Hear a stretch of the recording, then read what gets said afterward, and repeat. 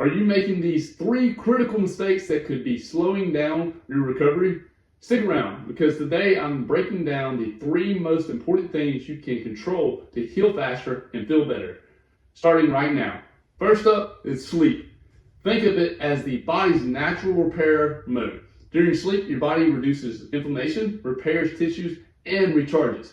For example, with low back pain, your muscles will relax and rebuild, while with plantar fasciitis, inflammation decreases in the plantar fascia. Studies confirm that 7 to 9 hours of constant quality sleep significantly speeds up recovery. So before we move on, if you're enjoying this video, smash that like button and subscribe to the channel for more science-backed recovery tips. It really helps us grow and brings you valuable content. Next up is your diet.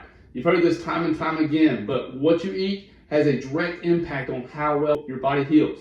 Rule number 1, cut back on your sugar. While sugar increases inflammation, which slows recovery. Rule number 2, boost your protein intake. Protein delivers amino acids essential for repairing muscles and tissues. This small change can help your body rebuild stronger and faster.